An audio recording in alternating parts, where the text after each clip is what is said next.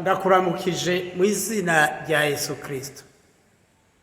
Nashaka ndakubarire ko wemeye guhindukirira Yesu Kristo, nuze tumwumvire kuko n'umuyaga uramwumvira.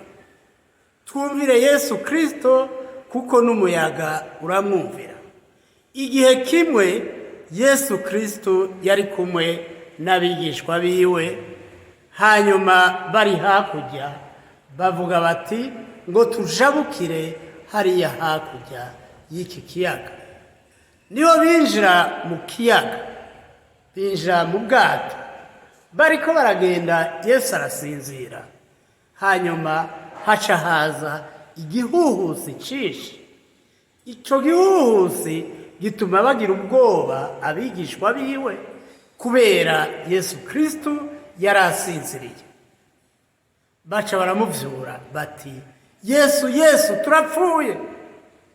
Yesu arikangura, yikanguye aca ahagarika ca gihuhusi, wa muyaga uca urahagarara.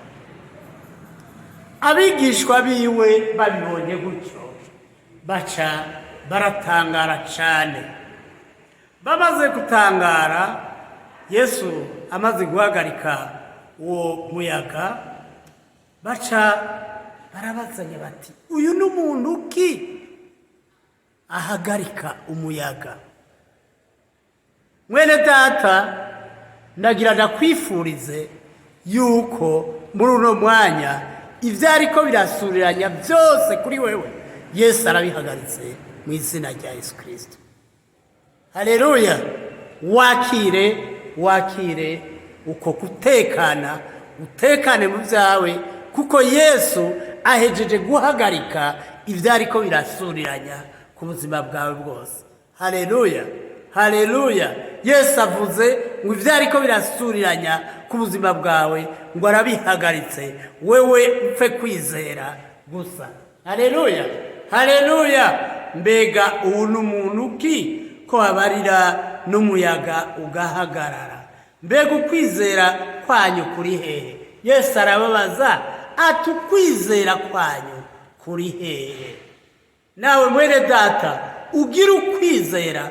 Umaze kwizera Yesu Kristo arahagarika ivyariko birasuriranya kuri wewe byose. Izere Yesu Kristo ko twemeye kumukurikira, tumwizere, nawe arahagarika ibiko birasuriranya ku buzima bwacu. Haleluya! Haleluya! Umwami Yesu abahezagire.